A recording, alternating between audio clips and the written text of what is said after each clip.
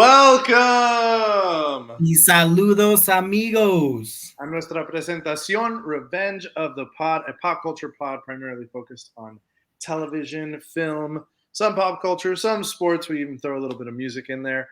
I'm your host, Luigi, and this is my co-host, Jason. What's up, everybody? Glad to have you back for a special episode this week.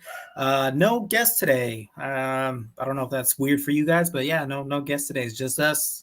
Hopefully it's enough. Just us, as in that's all you need, guys. That's all you need.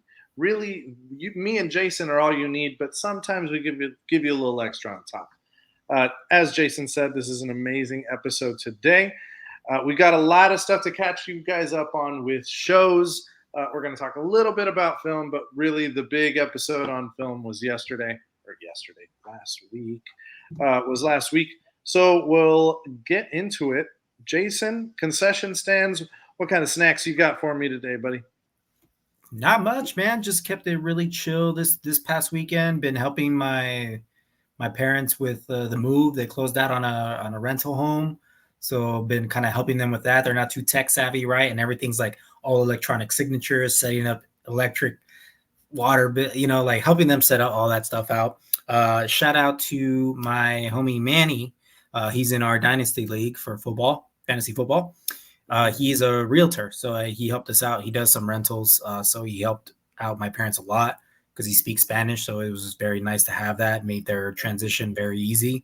Thankful for him. So shout out to him. I don't know if he listens, but if he is, love you, Manny. What about you, brother?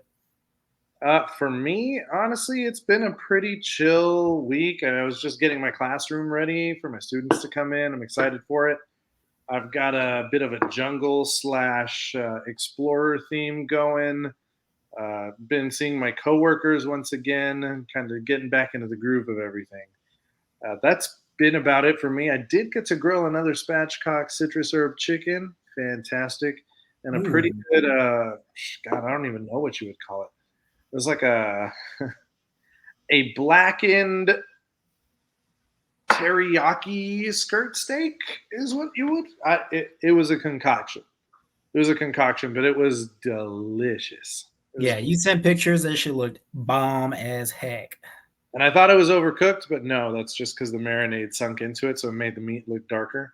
But as I got closer to the center, it was still pretty pink. So I was like, burn. Actually, right here, I have my salsa guac here on the side. Two little snack on, you know. Yeah. It's not good. It doesn't look good. It's in a bowl, but I made way too much. But there's no such thing. There's no such thing. That doesn't even make sense. That's true.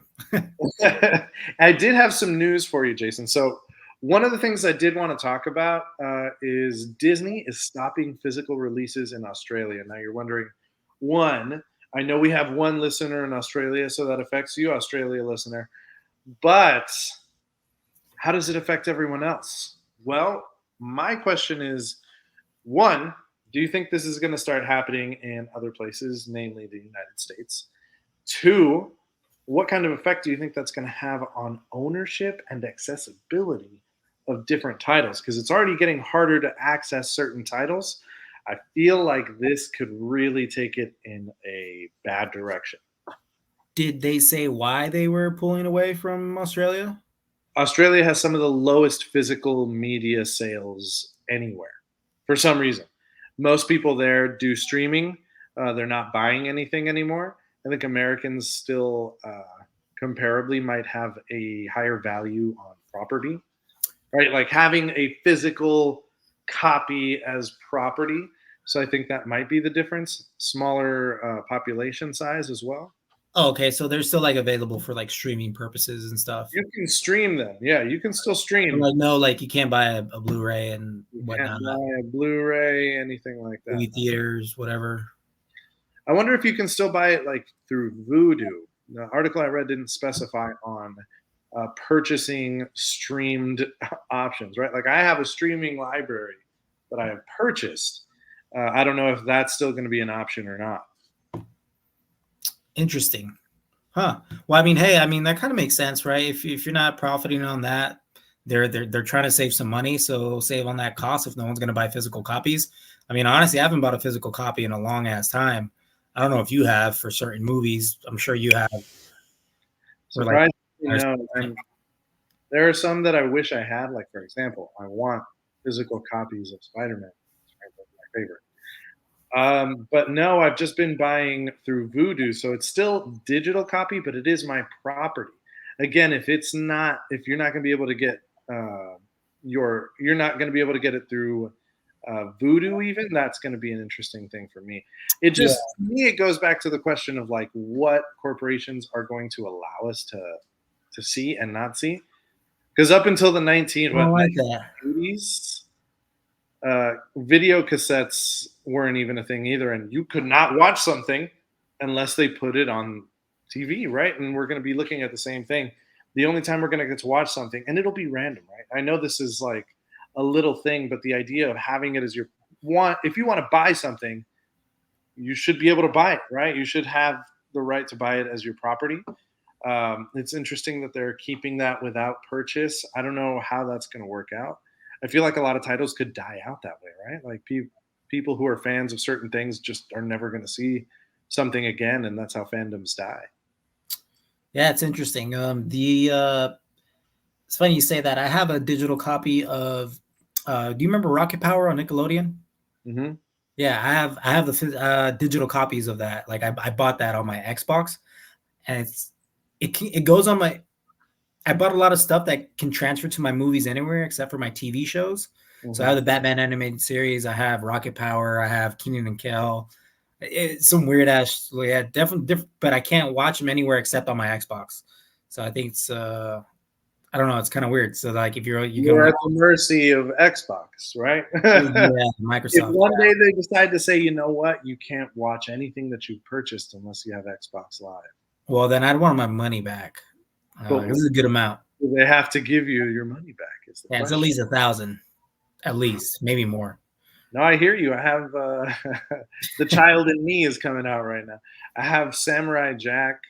I've got Batman Oh the hell yeah, Animated Series. I've got X-Men '92, and then some documentaries on my Voodoo. And if Voodoo decided, you know what, we're selling off, all your movies are gone. I wouldn't know what to do. I would be like, oh shit, what do I do? dude. If the I servers was went down. Yeah, dude, I was so pissed when like streaming services like popped up because like I was really pretty proud of my collection when I was buying movies. They're like, oh yeah, you can't watch this anywhere, so I just bought the digital copies because and now I can watch it anytime I want. And then these streaming services are like, oh, we got Disney Plus now, so all my fucking Marvel and Disney fucking movies that I bought, I can just go on to Disney Plus and other movies, you know. But it's frustrating. So I was frustrated. I'm still frustrated. I try not to think about it, but hey, whatever. Streaming services, you get access to a lot of movies now and all shows and whatnot. So, I mean, we still watch a lot of Disney originals, TV shows that we grew up on. I know I'm not going to talk about them much because I know you didn't grow up on them, but the ones that I grew up on, I get to see those There shows. it is. I'm just saying, like That's So Raven with Raven Simone. I heard about it. I heard Yeah, about so I know you heard about it, but yeah, like we watch that every now and then. Recess, the show, the cartoon show that I always talk about, stuff like that, just that I can watch back because I have access to it. Man, if there was no Disney Plus and I have access to Recess, the cartoon series, I probably would have bought it by now on my Microsoft account. So it. Yeah, so I'm gonna be keeping a lookout to see if they also start to if they also stop doing digital purchases as well, and only allow you to see their content through streamers, trying to drive up streaming numbers. Because at the end of the day, that's what they're going to try to do, right? These yeah, streamers are starting to get panic. we should probably make a note about that. So if you do some research on it, maybe we can update the listeners out there for next week. Yeah, we'll keep you guys updated on whether or not they're doing away with digital. Again, this is only starting in Australia, so Australia listeners, sorry to you guys if you like your physical copies. If you're like, nah, I'm fine with streaming, this doesn't affect you. But for us Americans, we're like, I want my property. So, Losers. so Just we'll keep you updated on how all that's going. I had another question for you. Now, this kind of is going to give you a hint as to how I felt about it. But after watching Secret Invasion, I asked myself a specific question that I thought was pretty good for concession stands. And okay. this question is: has the age of superheroes come to an end in cinema? What do you think, Jason? Well, considering the fact that I haven't watched Quantumanium and haven't finished watching Secret Invasion, and I'm not too excited about the Marvel movie coming up. You didn't watch The Flash. You didn't watch Shazam. I still haven't watched The Flash. I still haven't watched Shazam. You didn't Um, watch Black Adam either, right? oh yeah, no, I didn't. I don't watch Black Adam either. You don't And plan to watch Blue Beetle. I want to, but like, do I? Am I gonna go see it? You know what I mean? Like, Yeah. it's one of those. Like, I'm not really too excited to want to go see it in a theater now. So I don't know. Like, yeah, I think it's kind of falling off. I guess so. I mean, for me, I guess like because I'm not like I love superhero movies. Don't get me wrong, but like some of the product that has been coming out, it has been a little lackluster. I mean, if we're gonna be completely honest, right? I don't think I'm wrong in this one. No, absolutely. Even some of the shows, I would say Marvel has come out with some decent shows, right? Like last year, they had some decent shows. But the films and the DC films just have not. Listen, we're fans here on the pod, but it's not. They're not great. They're not great. They're not anything special. I think Shazam 2 was a huge drop off from the first one. The Flash had its issues. It was a lot of fun. I still defend that people should watch it.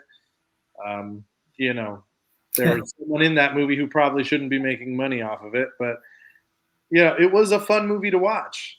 Um, I will say that it's just the quality has gone down. If you think about it, from 2008, right? 2008 was really when superhero movies blew up.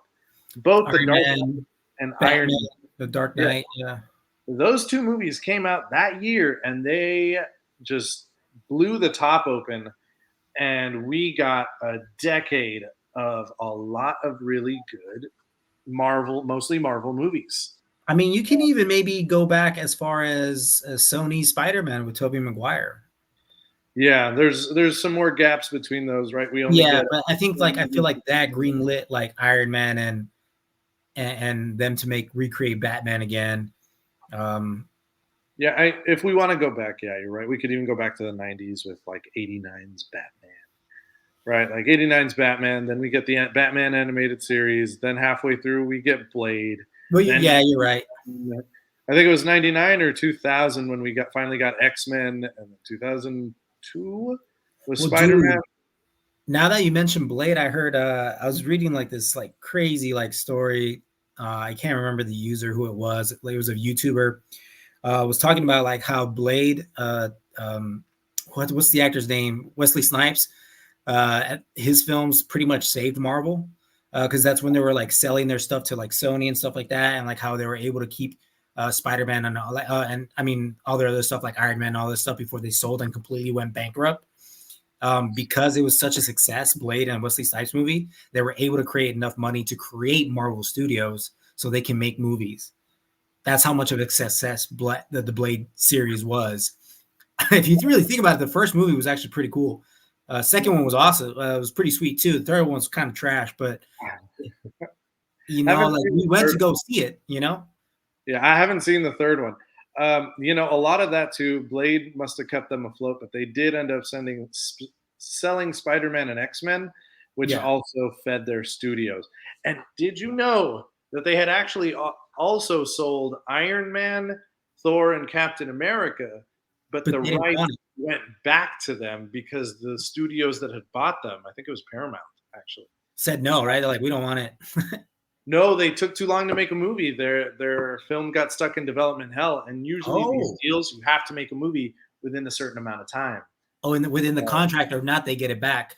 which is why they Interesting. still didn't have the rights to make a Hulk movie because they actually did make Hulk movies. Oh yeah, because Fox right fucked around and did the thing.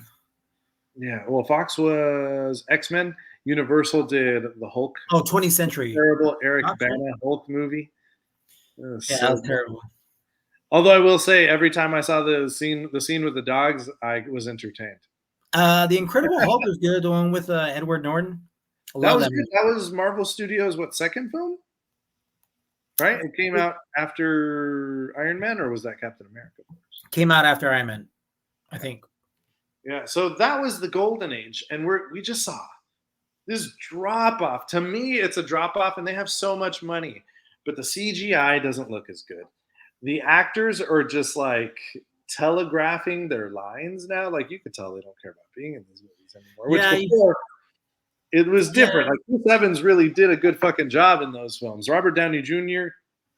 say less. You know what I mean? Tom He went, Holland still acting his ass off. yeah, he went on to do better things, with bigger explosions. Uh, The biggest. the biggest. Yeah, so I'm starting to feel the winds of change, especially after Barbenheimer. Check out our episode 66. Oh, by the way, I almost forgot to mention we are presented by Room 303 Network, guys. I was gonna mention that, but I don't want to cut off your groove. Yeah, no. I really need to memorize that. We're Drill that presented in by your Room head. 303 Network. But yeah, I just see a drop off in quality, and what I'm seeing is that audiences aren't as excited as they were before. Like you're not getting the casual movie goer anymore. Casual moviegoers were like, "Oh, I gotta go see this movie. Oh, I gotta go see this movie." Well, I No, think I agree with you on that because I think after a while it does kind of get repetitive, superhero movies. So and they try to just bombard us too much, although we love it, but it's crazy to say that, right? Because we're like, give us some more superhero movies in the beginning, and now we're like, all right, hey, cool it down, take your time on these films because we thought you were gonna do better. We thought you were gonna do better. yeah, Go back. yeah. And also, man, like I kind of just miss like the originality in films, dude. Like I'm also tired of Disney doing live action remakes, like. I know people have been. I still haven't seen The Little Mermaid, but I've heard it was great. But dude, they're making a live action remake of something else. I forgot what it was that we Snow just saw. White. Which one? Snow White. Snow White. Yeah, with just 7 people. Snow White and 7 people. Not even dwarves. Just people. Yeah, just people. Which I think Peter Dinklage was pretty upset that they were gonna have dwarves, and he's like, no, like there's times have changed and blah blah blah. But other I don't even know what the word for it is. Miniature people were pretty upset. And I was like, no, like those are our roles that we need. We're like, it's hard to get work as it is, and you're gonna take away like something that was written for us. Like, what the fuck? That's messed up. Dwarves are fictional characters. Yeah. I don't know. Like the dwarves that you see in Snow White are not little people. You know what I mean? Like they're Here's not. my thinking. Peter Dinklage was probably just like, nah, we can't have other dwarf characters out there because that's 7 characters. So maybe 7 actors will come up and they'll steal my jobs because they might have great acting performances, and there goes my jobs. I don't know. That's just my thought. I don't know. He I could could be have been wrong. one of the dwarves. He could have been one of the dwarves. So they're just regular sized, regular height people. Yeah. That's whack. That's Yeah. whack. It's kind of weird. Think about it. That's, Yeah. they didn't have this problem in Lord of the Rings. I don't understand. I don't know. I don't get it either. But yeah, tired of these remakes, and it's just like they're not being as creative as they should be. But who knows? Maybe it's because now you have the writer's strike. It's like, well, maybe you can negotiate. It's like, okay, but like you're making remakes, you're not really writing great stuff. I know intellectual property is taken over. Have you noticed? So I kind of wanted to. Obviously, we're meandering a little bit here, so we'll go back to the main subject in a moment. Yeah. My bad. No, you're good. But I did want to say, in the commercial for Wish by Disney, and then in the commercial for DreamWorks' new project about the family of ducks, those are both original products, right? Original stories. And did you see what they have in those previews? From the studios that brought you, and then they start listing all of the movies that they have made that are successes because they think audiences aren't going to want to see something original. I feel like audiences do in fact love original stories. They just like having a built-in audience that they know is going to go to the movie no matter what. Like Yeah. you do with Marvel, like you do with DC, even with Barbie, right? Barbie is an intellectual property.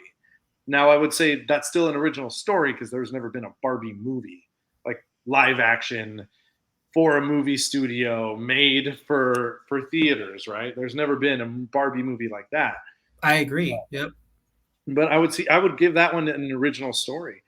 I don't understand why studios aren't giving more of those chances. I feel like we're oversaturated with properties that have had multiple stories. And I love multiple stories. Like I love hanging out in the same world and finding out more. When we talked about Dungeons and Dragons, I was like, I want to be in this world more. I want them to make more movies or shows where I can, hang out in this world with these characters. But that doesn't mean that I don't want an original story. I've been looking for that Exactly. lately, actually. Yeah, like you Oppenheimer, can't. Barbie. Yeah, even though Oppenheimer is like kind of based off something real, like we get a different perspective about it, and it's just very creative. And I didn't know I wanted to see a movie about the guy that created the atomic bomb, like, and have it probably be one of the best movies of the year. I didn't know I wanted that. And it was fantastic. I mean, But it's it probably was, yeah, it was different from everything else that we've seen. Everything Everywhere All at Once last year, that was very different. Been reading more about Michelle Yeoh, and she's popping up freaking everywhere. Um, I just recently found out that she was in a Super Cop 3 with Jackie Chan. And in one of those stunts, she actually almost died. Because as we know, young Michelle Yeoh was a fucking badass and did all her stunts and she was in a lot of films with Jackie Chan. But there was this car scene where she actually falls off, but there was cars behind her and she almost got ran over. And Jackie Chan was freaking out, like, and it was a cut scene that they showed, like, in one of the outtakes. But yeah, she almost died. crazy. And she even speaks about that, like, oh, what were some of the craziest stunts? And like, words from her mouth, not mine. And she said, yeah, I was like, that was probably the most dangerous stunt I ever did because I probably could have gotten really injured, maybe even died. So shout out to her, man. Yeah. Back to Marvel and DC superhero movies going the way of the Western. Yeah. I don't think it'll be fully the way of the Western. I don't, just because superhero movies have an audience that's never going to go away, which is children. I and like huge comic book fans, right? But you're not going to see. I don't think we're going to see those billion-dollar movies anywhere near as much, unless it's a really big character, and it's gonna be fewer and far between. And we saw Marvel scaling back already. We know DC has scaled back with all the moves that Zaslav is doing, which again we'll talk about soon. Uh, I don't see superheroes coming back the way they did the way they were in 2019 at their height. I would say even to the beginning years of it, with the excitement around the films. There's no more excitement around these movies, and I hate saying that. I love superhero stuff, but I think I think we're seeing the winds of change, Jason. Hollywood, stop overusing IP. We don't need to see that much of it. I hate Yeah. saying that. I love getting more content, but if it's not going to be good, then don't put it out. At the end of the day, man, it's all money and what they can push out, right? So Mm-hmm. if it's working, they're like, all right, let's make more of this. Unfortunately, Yeah, that's just a sad truth. that's the way it goes.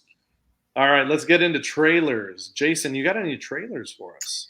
I think I do. I have.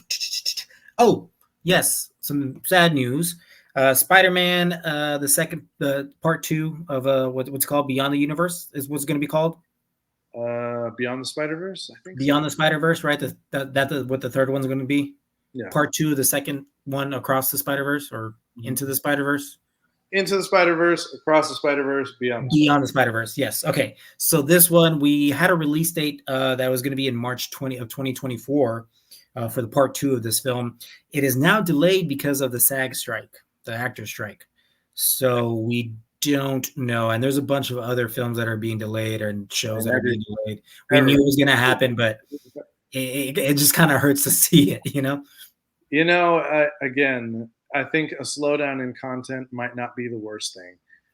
The market is oversaturated with ideas, as we mentioned. Yeah, and I know you have something to talk about Barbie, so I kind of want to because I have a little update on Barbie for you. This is Margot Robbie's highest grossing film in the box Oh, office officially as that's of right. Monday.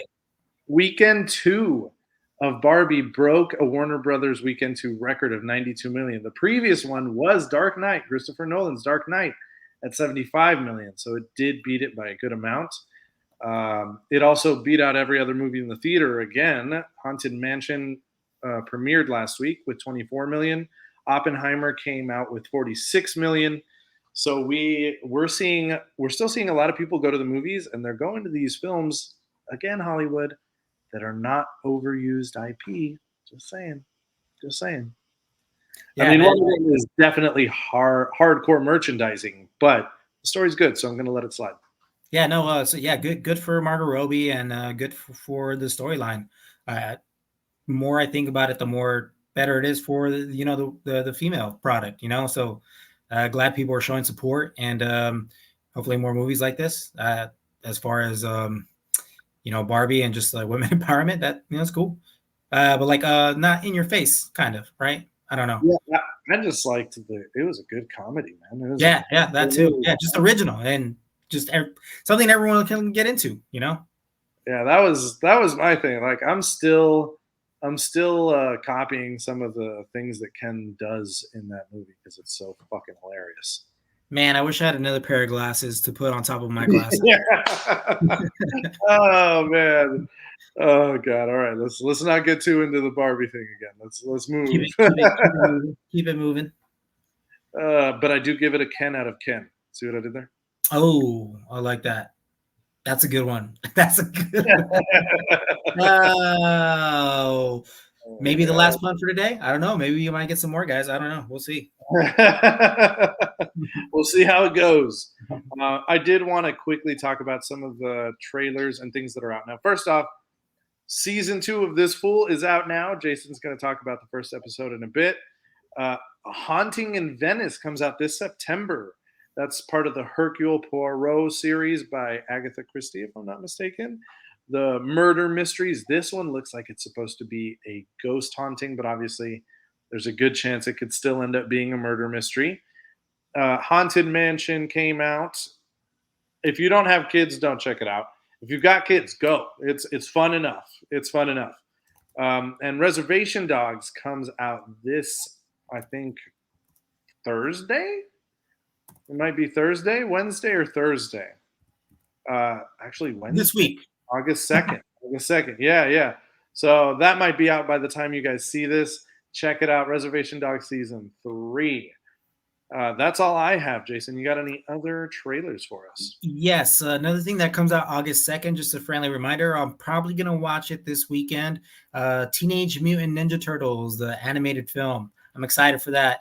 I've been watching the little skits, and just it looks like fun, man. It really does. It looks really well written. So I really want to watch it. It's interesting to me. I feel like they've done pretty well with the Ninja Turtles property. Like the shows are all pretty solid. The movies have been decent. I mean, even The Michael Bay movies, they were okay. I didn't see the second one. They're all right. I mean, I I enjoyed like that one scene when they're in the elevator and they're like starting to create the beats. Yeah, yeah. Yeah, that shit's I hilarious. enjoyed them more than I enjoyed the Transformers Michael Bay.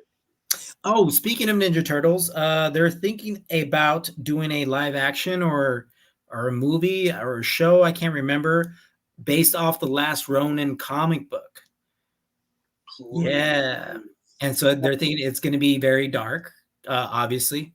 For the listeners out there who don't read the comics, The Last Ronin is actually a comic book based off of in the future. So the turtles are older. Well, actually, the turtle is older. Spoiler alert here. Spoiler alert. Yes. So this turtle, we don't know who he is because he wears black instead of his original color. We said spoiler alert. You could say who it is. Yeah, spoiler alert. Okay, but I just want to kind of paint the picture. He is trying to get vengeance back because on the people that killed his 3 brothers. So 3 of the turtles are dead. Splinter is also dead as well, old man, and you come to find out who he is, and it's pretty interesting because you see this character and you see he's torn, he's about to commit suicide, like to kill himself because he feels like he let down his brothers and stuff like that. Like it's pretty dark. It goes really into like his brothers are even talking to him in his head, like while you're reading the comic book, and it's just about him trying to get vengeance for his brother. I don't think I want to tell anybody this. I think I'll leave it for a surprise to listeners out there if they do end up making this show or movie, or guys, get the comic books. Yeah, get the comics, guys. They are good stories. These are some pretty solid storylines that they have. But Uh, I'd be super hyped if they did greenlit that. So, but Well, they do. right now it's kind of on pause, right, because of the strike. So Everything's on pause. Every project you hear about is not going anywhere until that strike is over. Um, all right, let's see. That's all I had. So pretty excited about that Ninja Turtle movie. Go check it out, guys. We're gonna go into TV land. And Jason, tell us about this full episode one. I have not gotten to watch it yet, so I definitely want to hear what you had to say about the first episode of this Fool season two. yeah, this fool season 2, episode 1, What's and just cousin Luis up to, bro? cousin Luis, bro. He has that job as a security guard, and he has his own place now. At the end of season 1, I think the nonprofit place that they were working at. Hugs, not thugs. Yeah, Hugs Not Thugs with it's not Luis, who's the main character, Julio. Obviously lost his job, and he just broke up with his girlfriend, and like he's just, I think he's going through it mentally, bro. Like I just feel like he has nothing going on for himself, and he just kind of just gave up. And I think that's how we end in season 1. So in season 2, he's actually living with Luis because Luis got his own place now. Turn. And he has a job. Yeah, yeah. So you kind of, dude, I hate Julio, bro. He makes terrible choices. He makes a lot of terrible mistakes, and like in this whole episode, he's just kind of, he's just giving up pretty much. And Luis is like, man, get a job, fool, blah blah blah. And then like you just see Luis, kind of still trying to life out of prison type of thing, right? He's like so used to like being in prison, and he just doesn't understand like certain things are. So he meets a girl, so he's gonna go out on a date with her. So because he spoke to someone like, you got to settle down type of thing. And this whole episode's about a rooster and like how people are annoyed about that rooster, but it's a metaphor for Julio, or people are annoyed with the rooster. Like it's a metaphor of that, right? So at the end, they're gonna try and kill the rooster because it's waking them up early in the morning because it's in the neighborhood, and then like Julio saves them at the end. But you get to see some other Hispanic comedians that we come to not grow up with, but like we just know as Hispanic people. You know, we love representing our Hispanics. So Felipe Gonzalez? Esparza, I'm sorry. Esparza is in this episode. There's actually another famous, not I won't say famous. Yeah, he's verified. He has a lot of followers. His name is Leo Gonzalez on TikTok. Hilarious, dude. I actually met him in Vegas. Jamie and I, we went to like this festival, and he was there. We ran into him, and dude, it was weird. Well, I went to the bathroom, but Jamie had gone up to him and was like, hey, you're Leo from TikTok, right? So he was a really nice dude. But he does like these skit TikTok videos of just like your basic like Hispanic growing up, like as kids, you know, like you just know that one person, like he is like spot on of like how like Hispanic Latino kids are like near the border, right? And like how they act, right? It's just hilarious. I got to send you some of those videos, but you'll be like, oh my God, I know someone like that. Have you seen him do a call center one? That's just funny. The call. Oh, okay. So you know who I'm talking about, right? Yeah. Hey, why don't you call me no more? Yeah, Bro, like it's just so, it makes me laugh because you literally know somebody like that. Yeah. Yeah, sometimes when we get a little animated, you and I, we're kind of like that too. So Oh, I can imagine. yeah. So it's just funny, and it's kind of nice to see that they're really reaching out to just other Hispanic actors, comedians, and stuff, and just like representing. Culture. Yeah. So it's fun, dude. It's comedy.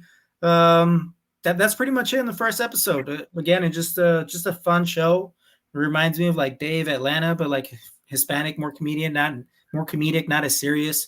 But hey, who knows? There is some obviously some learning moments for these characters, and that's what you like to see, right? So I love the humor in that show. Like I've laughed pretty hard watching it, so I'm excited to see it.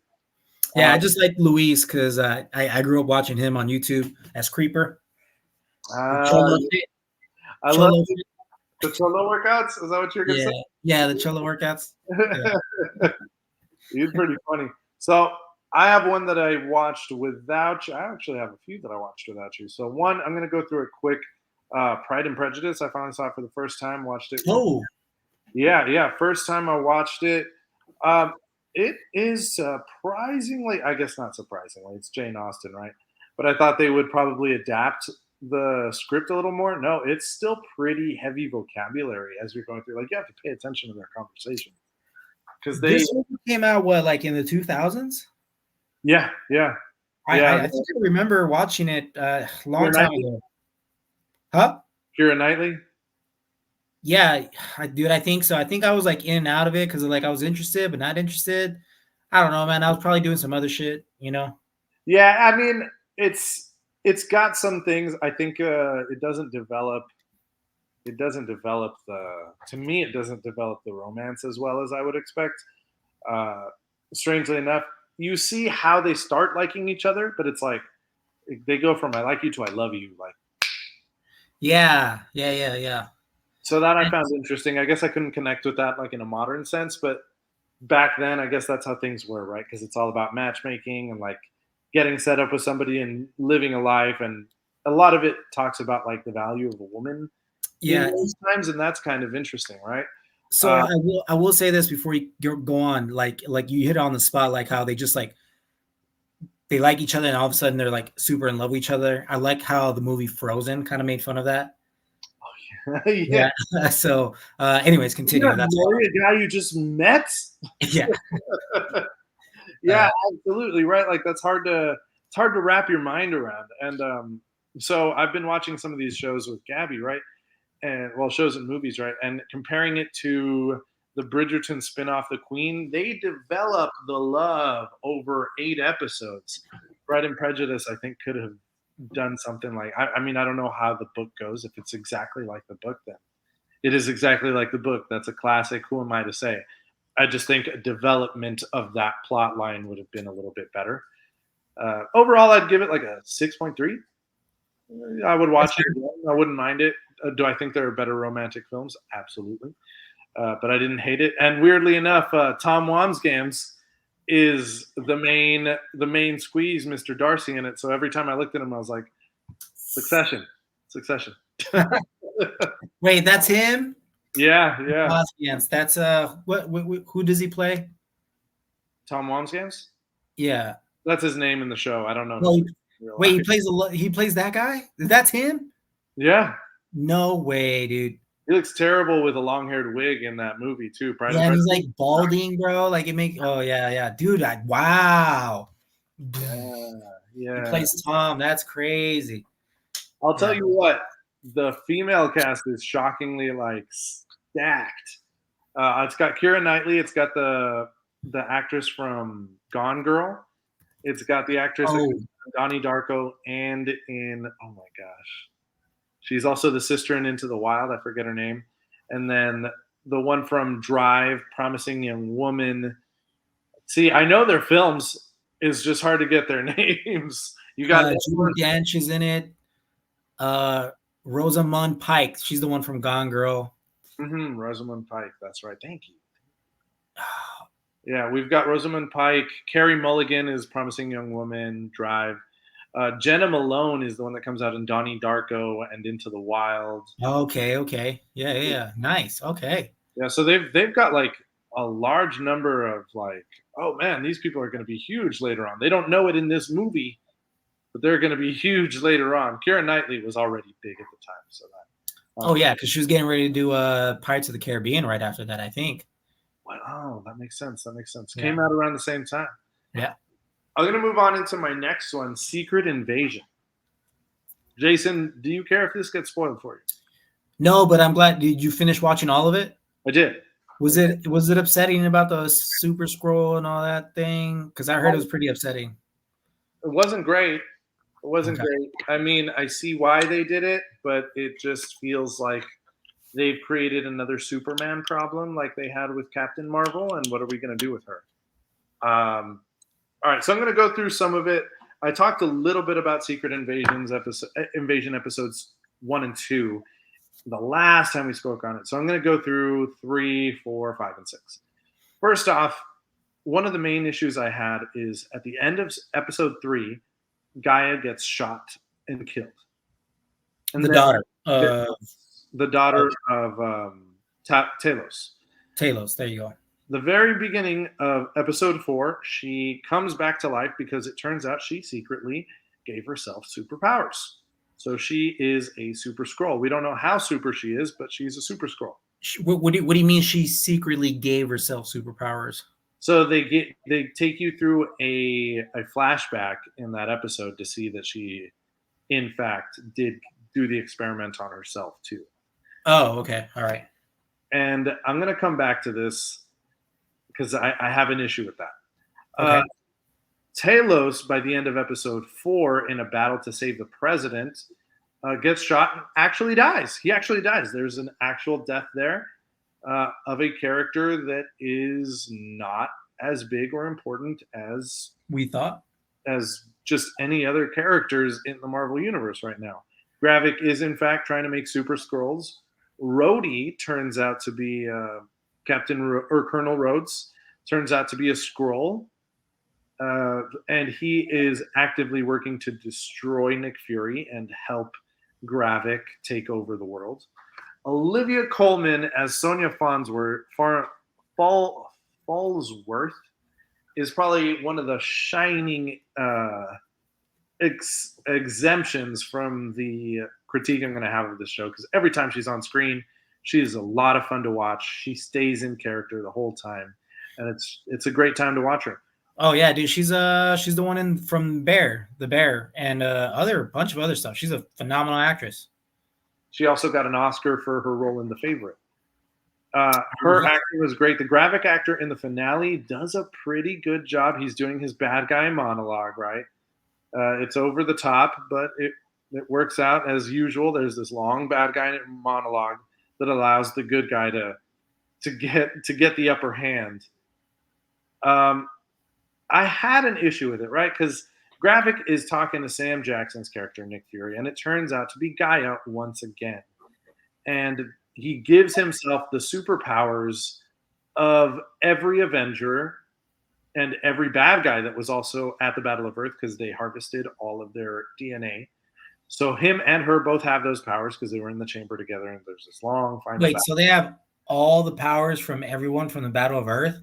Yeah. Okay. Yeah. Continue. Does that happen in Secret Wars? It does, right? No? Okay. Secret Invasion, not that I know of. Secret Invasion, I'm sorry. Yeah. Not that I know of. The Super Scrolls were, or Super Scroll, I don't know if there's multiple. We'll have to talk to our comic book expert. Had the powers of the Fantastic Four. There's 4. So that was an interesting take. So you're saying they have Thor's powers, they have Iron Man's powers, the Hulk's powers. Yeah, I mean, Iron Man doesn't. Which Battle of Earth are we talking about? The first one, the Battle in New York, or like the main battle? Endgame. Endgame battle. So then you got Spider-Man's powers, you got Captain Marvel's powers, you got They have Captain Thanos' power. What, dude? What? Yeah, That's too much, man. Yeah, that's like that's too much. That's a Superman problem, right? Like, I didn't understand it. And another issue I had, right, was Sam Jackson's wife in episode 4 is supposedly an agent for Gravik, but then they go and turn that around again and like, oh no, she's not going to turn on him after all. There's no stakes in this espionage show. They build it as this show where so much is going to change. You can't trust anybody, but then there's no real stakes in it. Yeah, where there's like stakes, right? Like every little thing, like is like, oh shit, you can't trust these people, but like, oh, they're not going to turn on you after all. Yeah, they explain it all away. Gaia doesn't die. Fury's wife makes the good choice. Rhodey doesn't die either. They find him at the end. They find him at the end, tied in one of those things where they're harvesting his memories. Nobody died. There was no real stakes there except for Talos and Maria Hill, who died. That's it. Robin Shabosky. They're minor characters. Whoa. Robin is not a minor character, bro. Just kidding. Just kidding. In Marvel, she is. Yeah. So after the final battle, you see Gaia and Sonya actually make a deal, and they find this room with a bunch of humans being harvested for something. We don't know what that is.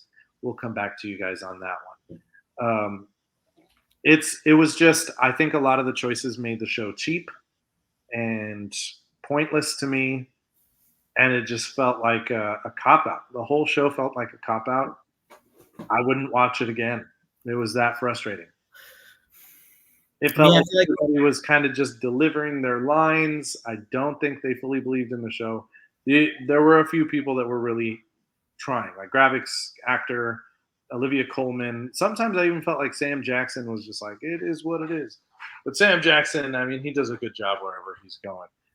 Emilia Clarke had moments where I was like, you're just you're telegraphing some of these, but it's fine. I can see that you see the script isn't amazing.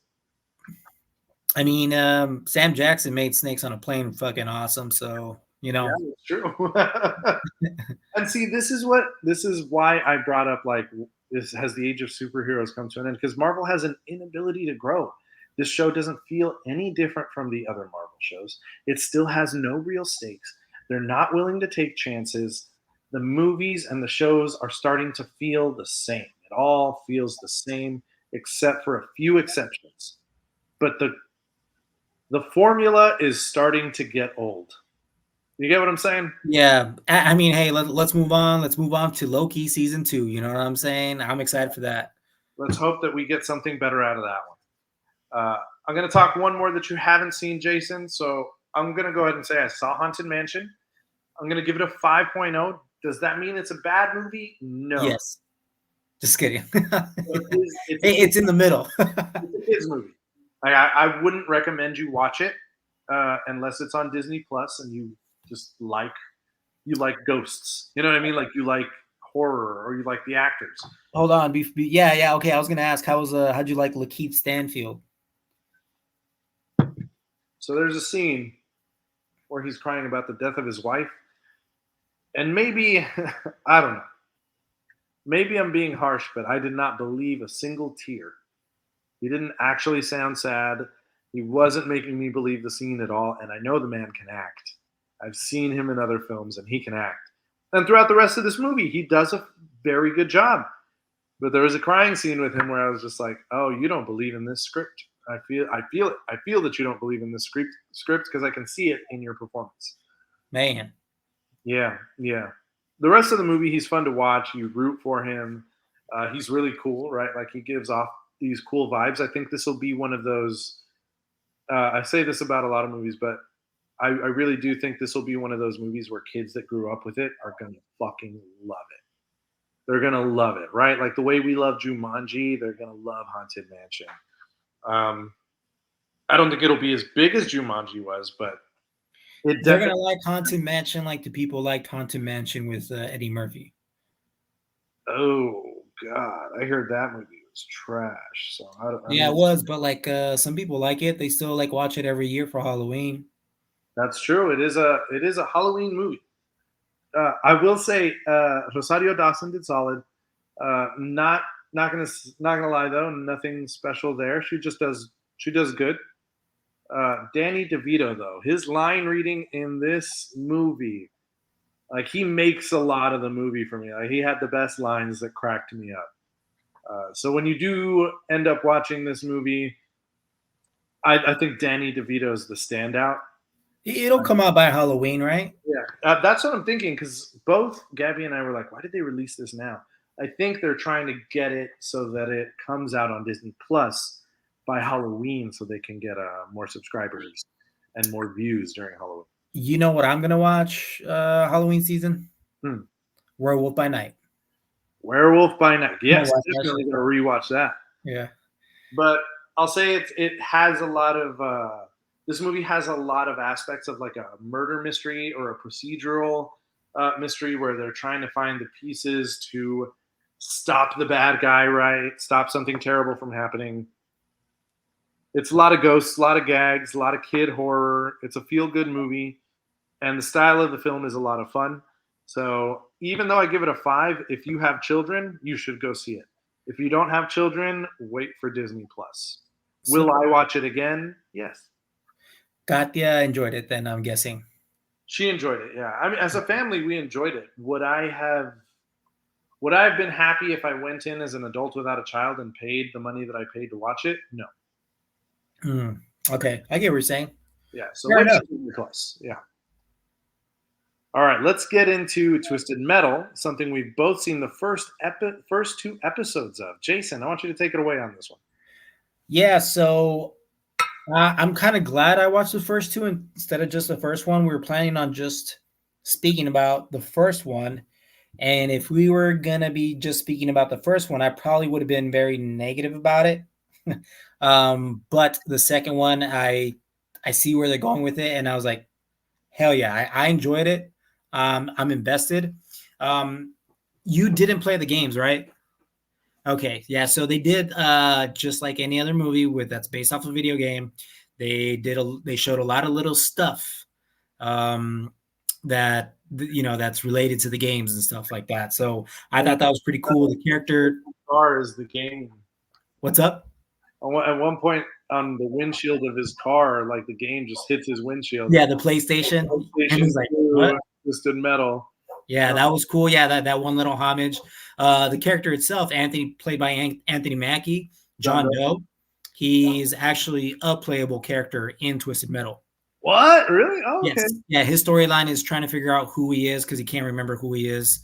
So it's kind of playing onto that. So that's really cool. That also the cop, he's actually a playable character as well. And he's pretty much the same. Not, I wouldn't say the same. You get a little bit more depth in him, so that's kind of cool. So all that's cool. The way that they explained why these cars are needed and like how shitty cities are shutting themselves off because they're in an apocalyptic world. I like that storyline because you need runners. So I like that a lot because in the video games, it didn't really explain that. It was just like, hey, your cars are shooting each other. I think Twisted Metal Black, which is my favorite Twisted Metals, was probably my favorite one because they gave every character a storyline, but they still don't really explain what happens, why the world is like this, So I think it's really cool. I was kind of upset that it didn't go into like the Twisted Metal Black version of things. I think it still can, but it leaned in a little bit more on the comedic side, and I thought I was going to be a little upset about that, but I'm not. I'm really not. The acting in the first episode I thought was pretty trash, but the second episode way better. Will Arnett as Sweet Tooth stole the show for me, dude. I hope he continues to be a part of the show because that was my favorite part, dude. I mean, that's part of the reason why I named our episode the way it was. She got dumps like a truck. Guys like what? Baby, move your butt. I think I've seen it again. The song part, dude. That shit had me cracking up, and just him performing for them, and you just see him psychotic, bro. Because Sweet Tooth is psychotic. He's a psychotic serial killer, but you're not really scared of him. But he's also terrifying. It's so weird. I mean, that's what I felt. I mean, it's so campy that you don't really feel the fear, right?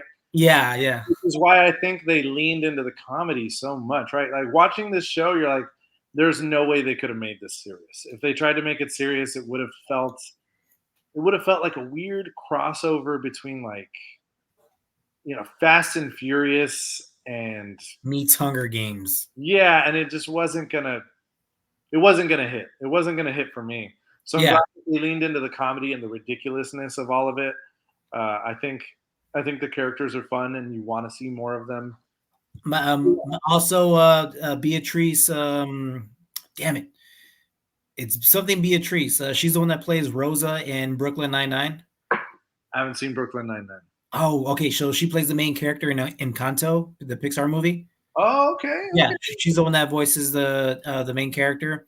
That's her. Quiet. Her name's Quiet, right? Stephanie Beatriz, yeah. Stephanie Beatriz, yep. She comes out in doesn't she come out in Into the Heights?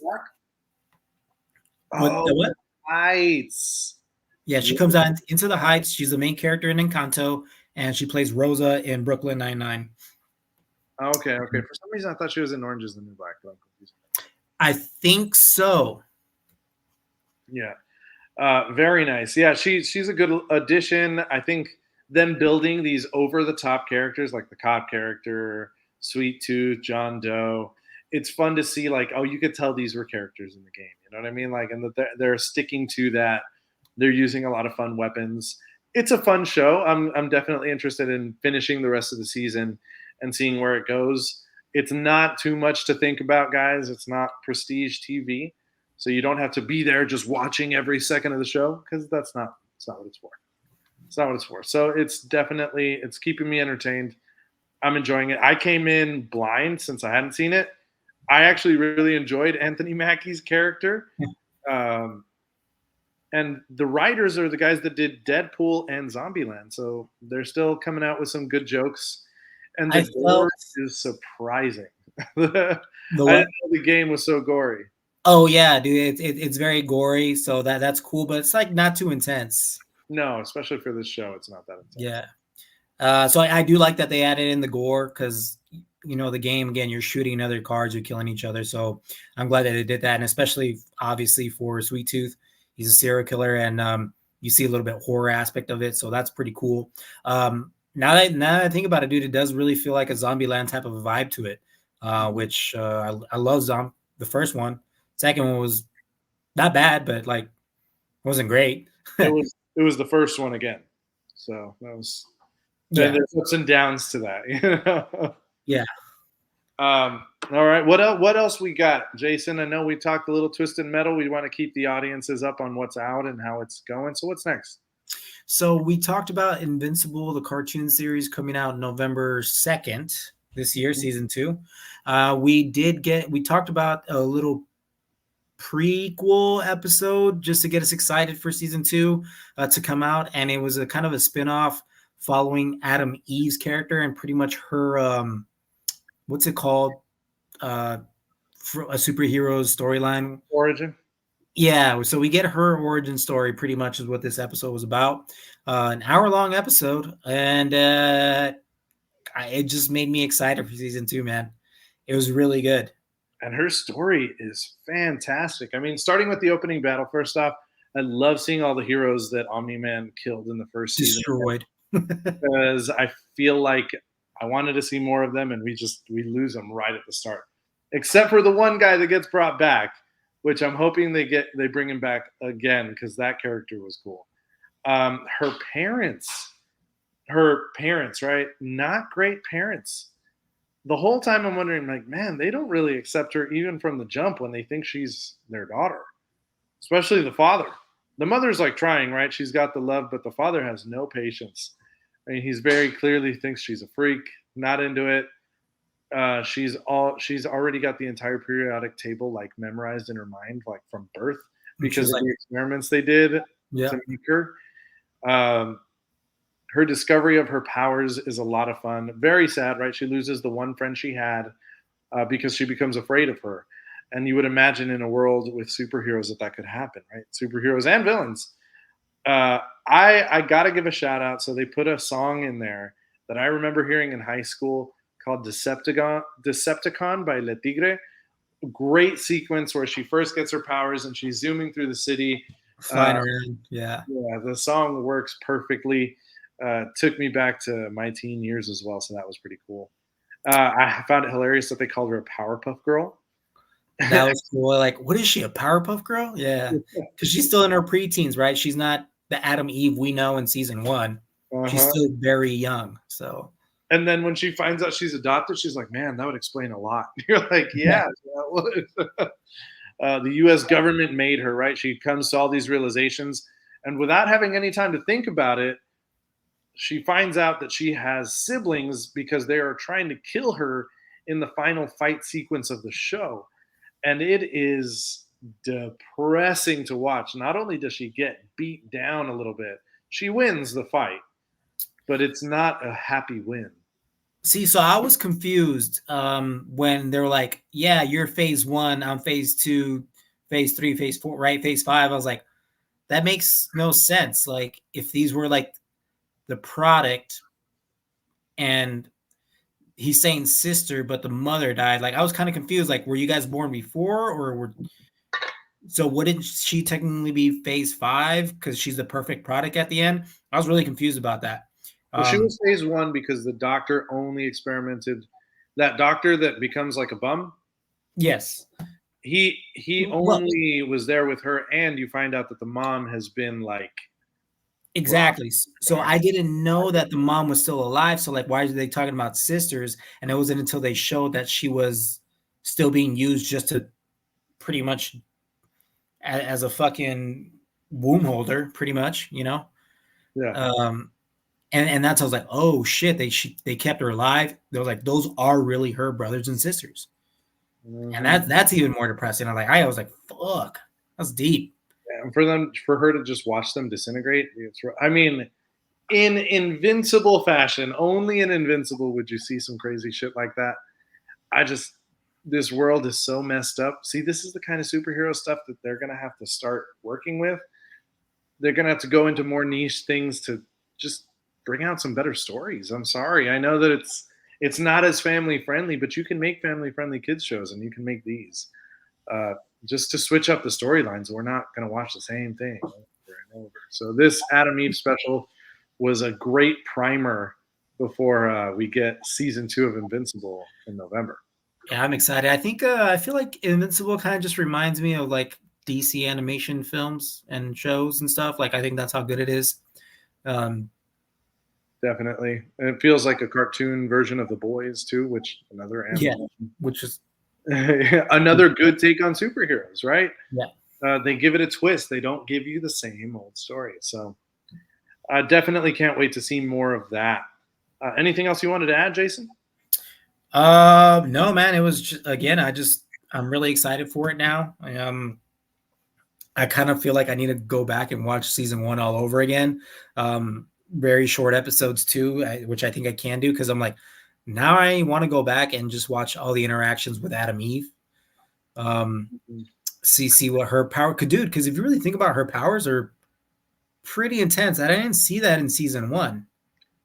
Yeah, I don't know that they've shown her full breadth of power yet. Yeah, I Because feel like I the was like, powers that she could, in fact, like theoretically, she could take Omni Man apart. yeah, dude, she can manipulate metals and stuff, and she was able to erase people's minds with her powers. She wasn't able to change.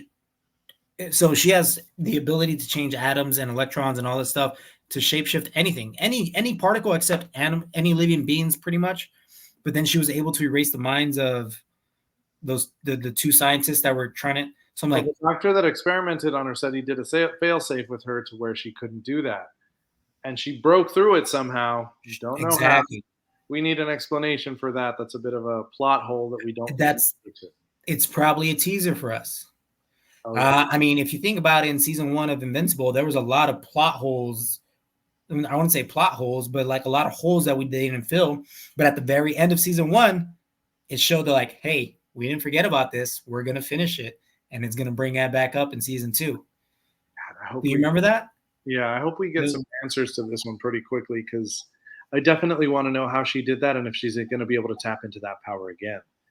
Because she That's could be the key to taking out Omni Man if she's fast enough. Like if he doesn't rip her apart first, but I guess that would be Invincible's job to keep him at bay. I think she's gonna be a very important character in season two because they wouldn't have done this if it wasn't for it. But also, this show, I mean, they kill the Guardians of the Globe pretty fast, you know. immediately, immediately, in the most shocking fashion I I can think of. That first episode just threw me for a loop. I was like, "What just happened?" And I already thought Immortal is going to be like my favorite character on the show. He's not. Well, I mean, he does come back, so maybe he is immortal.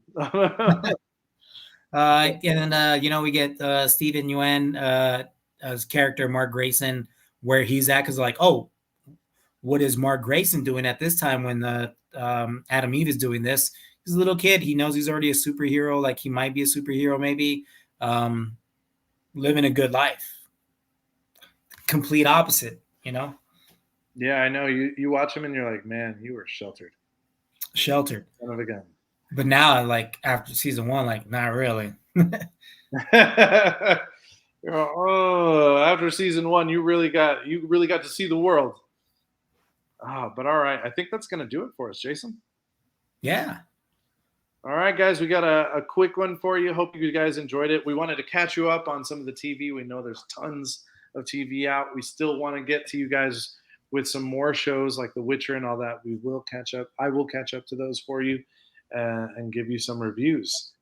Yeah, Any we're sorry, Luigi. Yeah, maybe give us some recommendations of what you want us to watch so we can talk about it. If there's something that you guys really find exciting that you might want us to talk about, let us know and we'll let you know our thoughts on it too. Absolutely. Any shout outs, Jason? Shout out to my family, my sister that's coming this weekend for our cousin's graduation party. She's finishing up her physician assistant school. So I don't know if she's going to be a physician assistant after this officially, or there's still some more, but maybe she finished her master's. I have no idea. But hey, super proud of my cousin Tina. Shout out to her. Congratulations. Yeah. Yeah. And her husband just got approved to go into dentistry school. He's going to be a dentist. So Ooh. Moving yeah, on up. Moving on up. yeah. So shout out to them. So I get to see my family because we're having a graduation party for that. So I'm excited about that. Shout out Jamie, always holding it down. Love you. And that's it for me, dog. What about you? Just shout out to all the viewers. Obviously, shout out to Gabby holding it down for me as well. Shout out to the viewers. Thank you guys for always being around and being patient with us. We love you. We appreciate you. And we'll see you guys next week for another episode of Revenge of the Pod. Peace out, guys.